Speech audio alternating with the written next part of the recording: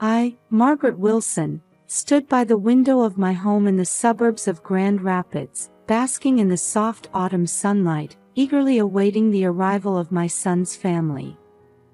Even at 62, I found myself fidgeting, tapping my toes on the floor, a habit from my teaching days.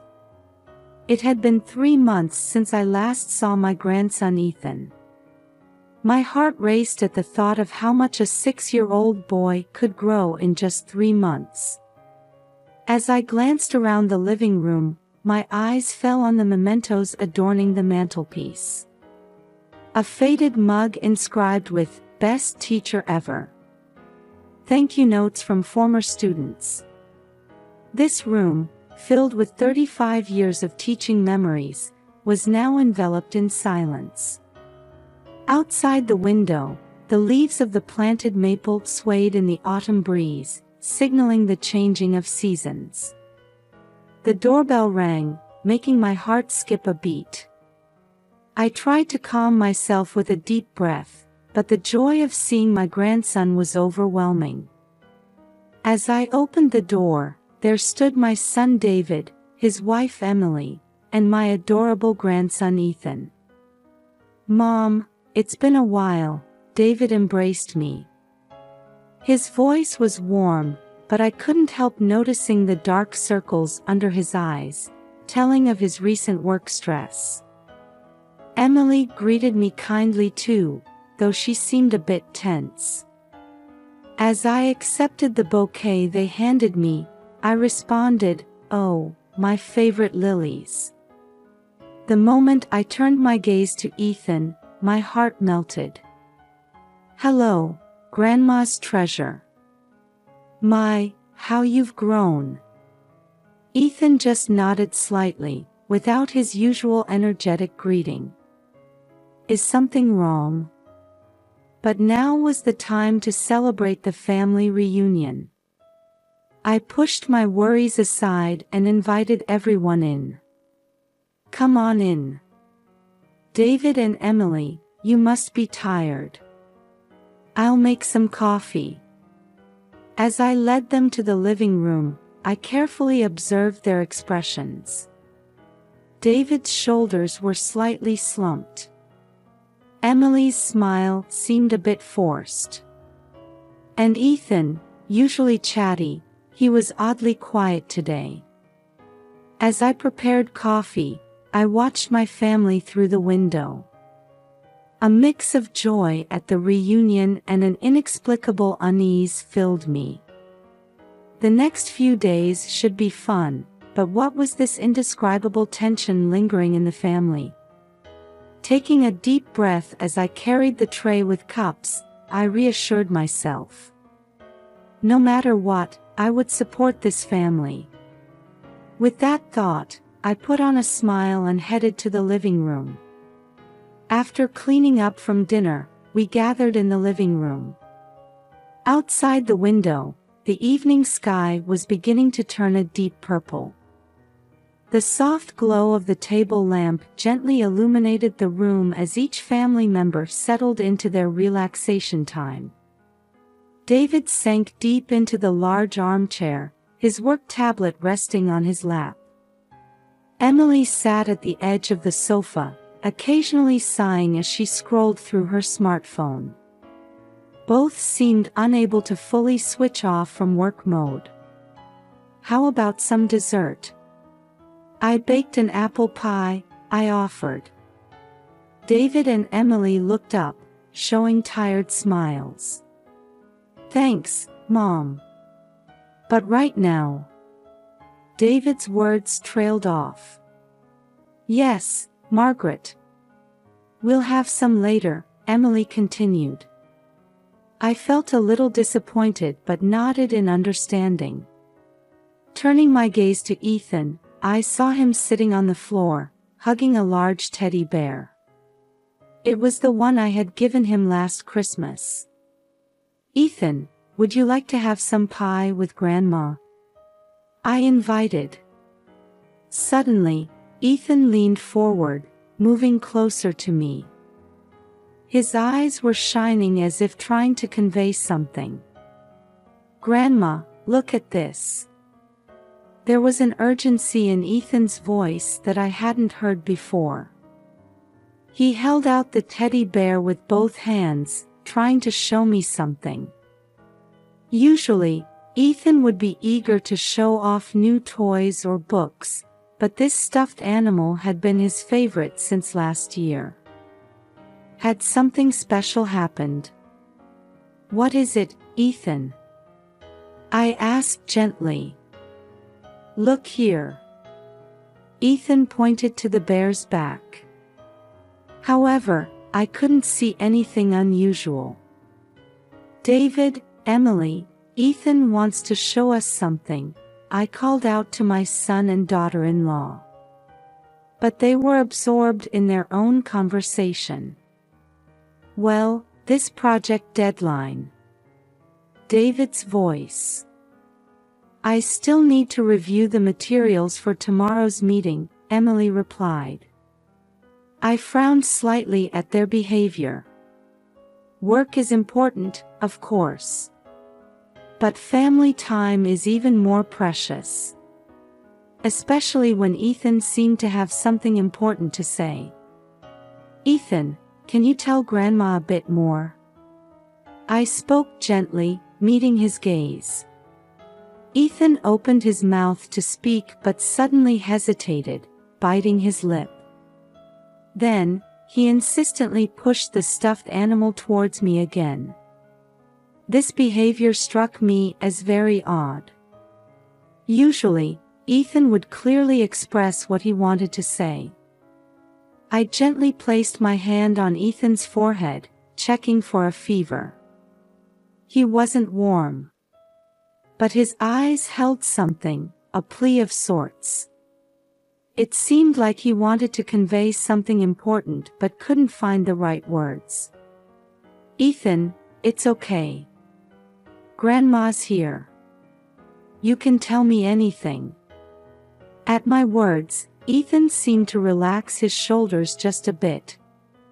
But he still couldn't bring himself to speak. At this point, I couldn't understand the meaning behind Ethan's behavior. I only knew that my grandson was desperately trying to communicate something. And it wasn't just a child's whim. Outside the window, the sun had completely set. Inside the room, only the mysterious air surrounding Ethan's stuffed animal quietly lingered. Even after night fell and the family had retired to their rooms, I couldn't shake Ethan's unusual behavior from my mind. Lying in bed, staring at the ceiling, I replayed the day's events. Especially the image of Ethan desperately trying to show me that stuffed animal was burned into my eyelids. Around 1 a.m., I finally got up. "I just can't sleep, I'm so worried," I muttered to myself. Slipping on my slippers, I quietly made my way to Ethan's room. I tiptoed carefully down the hallway, trying not to let the floorboards creak. As I gently opened the door to Ethan's room, moonlight streamed through the window, softly illuminating my sleeping grandson. The stuffed animal in question was placed beside his bed. Taking a deep breath, I carefully picked it up. Back in the living room, I turned on the table lamp. In the soft light, I began to examine the stuffed animal meticulously. Every touch brought back warm memories of last Christmas. But now, I couldn't shake the feeling that this teddy bear held some secret. As my fingers traced over the surface of the stuffed animal, I felt something odd on its back. Looking closer, I noticed a small zipper cleverly hidden along the fur. Could it be? I thought as I nervously unzipped it. Inside was a carefully folded piece of paper, covered in Ethan's childish handwriting. My heart started racing as I began to unfold and read it. The letter, which began with "Dear Grandma," made my heart pound even faster. The contents detailed Ethan's experiences of bullying at school. It painfully conveyed how he was being harassed daily by certain children. What surprised me even more was that it also mentioned his parents' work situation and recent changes in the family atmosphere. "Daddy and Mommy are always tired and arguing. I don't want to make them more worried." When I read this line, I felt a tightening in my chest. Ethan, worried about his parents' work stress, couldn't bring himself to consult them, fearing he would worsen the already tense atmosphere at home. And the last line struck me hard. "Grandma, you always know what to do. Please help me." These words conveyed Ethan's trust in my experience and calmness. He probably expected that I, with my years of experience as a teacher, could offer appropriate advice. After finishing the letter, I felt a deep shock along with a strong sense of purpose. I closed my eyes and took several deep breaths. I mustn't panic. I need to respond calmly and carefully. "Ethan, Grandma will definitely help you," I whispered softly. Looking at the clock, it was already past 2 a.m. I couldn't take action right away. First, I needed to calm my own feelings and think about how to approach this tomorrow. I returned the stuffed animal to its original state and quietly placed it back in Ethan's room. I gave a soft kiss on my sleeping grandson's cheek. "It's okay, you're not alone," I whispered. Back in my room, I sat on the bed, gazing at the moon outside the window. In my mind, I began to organize how to handle this situation. Protecting Ethan and improving communication within the whole family, these were the top priorities. "From tomorrow, we'll solve this one step at a time," I told myself. And with a sense of purpose I hadn't felt in a long time, I slowly closed my eyes. The morning sun streamed through the window as I woke up.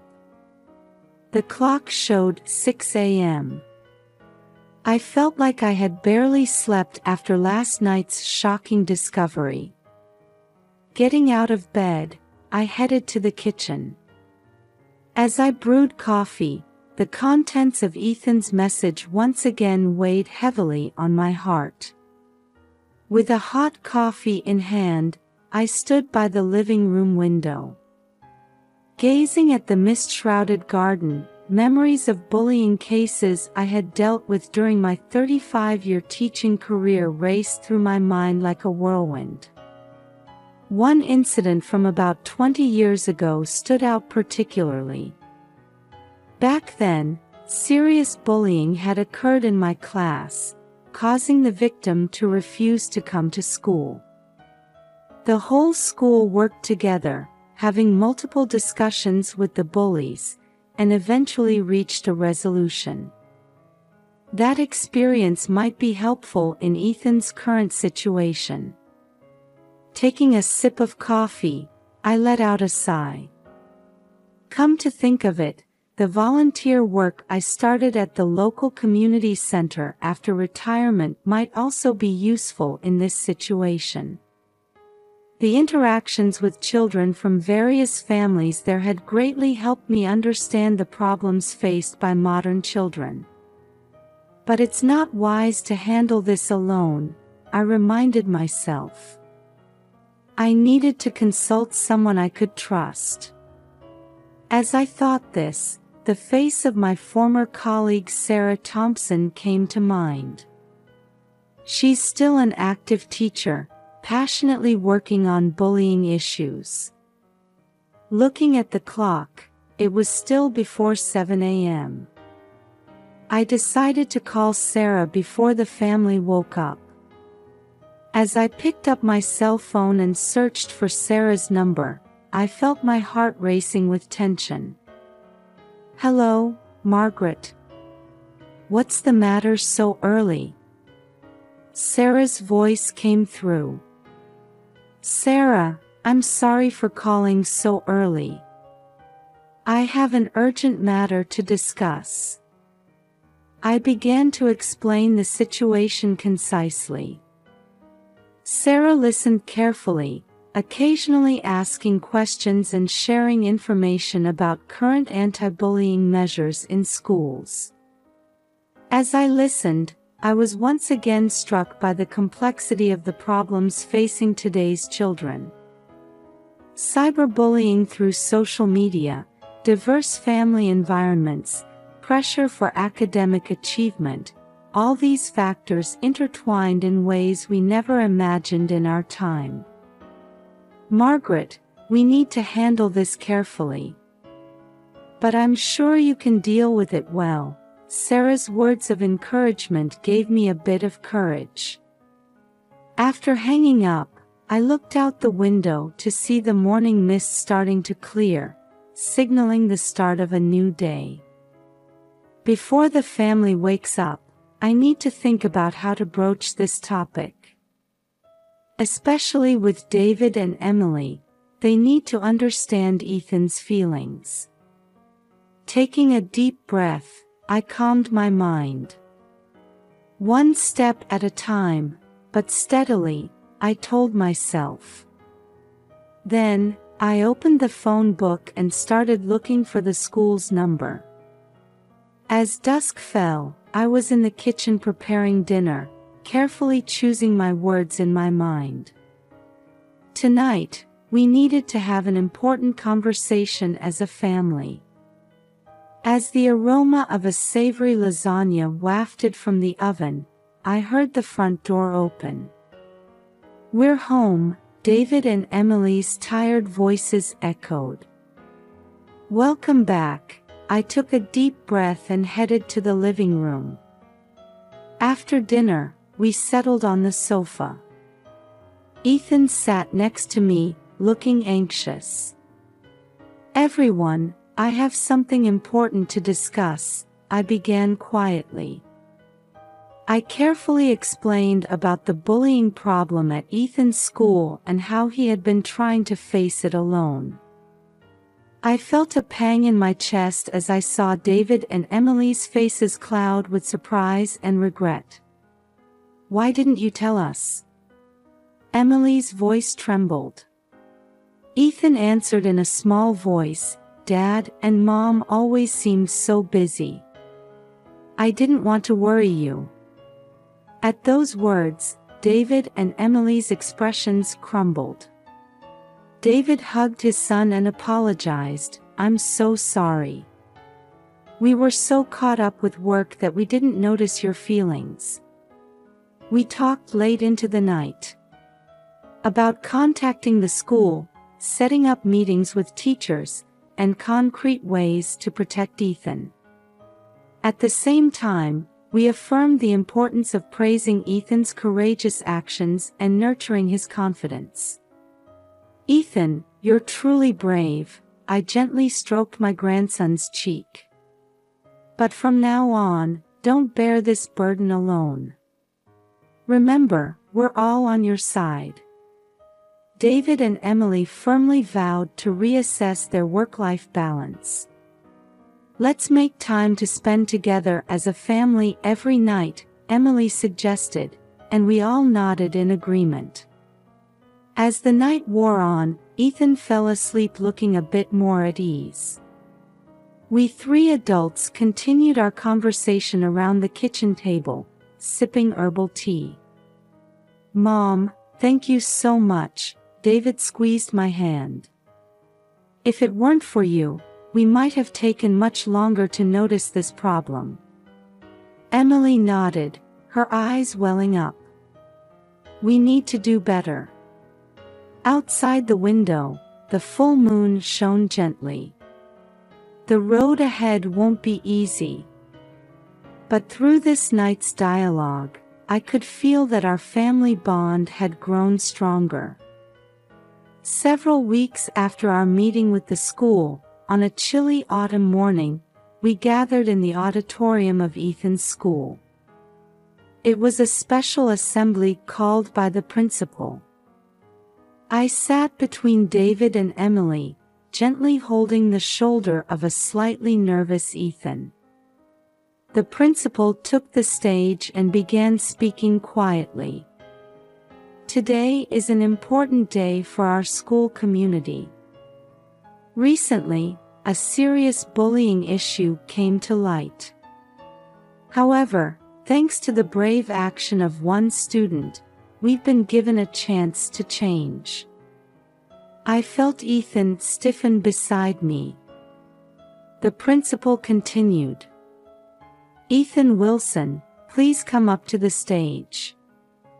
As a murmur spread through the auditorium, Ethan stood up on shaky legs. I gently pushed his back and gave him an encouraging smile. Ethan's courage has revamped our school's anti-bullying program. His actions have touched many hearts. At those words, several boys stood up in one corner of the auditorium. They were the former bullies. They bowed their heads and walked towards Ethan. The boy who seemed to be their leader spoke with a trembling voice, "Ethan, we're really sorry. We hurt you. But from your courage, we learned the importance of kindness. Can you forgive us?" The auditorium fell silent. All eyes were on Ethan. He hesitated for a moment but then slowly nodded. "Yes, I forgive you. But promise never to bully anyone again, okay?" At that moment, a huge round of applause broke out. I wiped away tears as I exchanged glances with David. His eyes were moist too. The principal explained the new anti-bullying program and called for cooperation from all students. When each of us has a heart that cares for others, that's what makes this school a wonderful place. After the assembly, our family huddled around Ethan in a group hug. "Your courage changed everyone," I kissed my grandson's cheek. David and Emily looked at Ethan proudly. "From now on, we promise to listen to you more," Emily vowed. That night, we held a barbecue party in the backyard. Under the starry sky, family and neighbors gathered to celebrate Ethan's courage. He seemed a bit embarrassed but definitely showed a confident expression.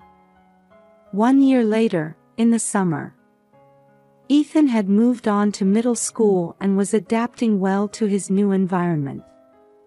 He now serves as a member of the school's anti-bullying committee and acts as a counselor for younger students.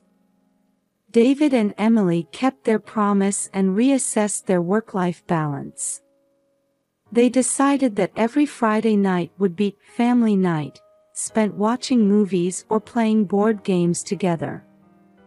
I started conducting anti-bullying workshops at the local community center. I found new fulfillment in using my experiences to help other families and children. One evening, as Ethan and I were swaying in the hammock in the backyard, I suddenly asked him, "Do you have any regrets about what happened back then?" Ethan thought for a moment before answering. "No, I don't regret it. That experience made me stronger, and it brought our family closer together. Plus, I learned how important it is to forgive people." His words made my chest feel warm. Through the window, I could see David and Emily laughing as they prepared dinner in the kitchen. This family bond, and Ethan's growth. It all started with that message hidden in a small stuffed animal. I hugged my grandson tightly and whispered in my heart, No matter what challenges come our way, we'll be all right. Because we have strong hearts that care for each other. In the twilight sky,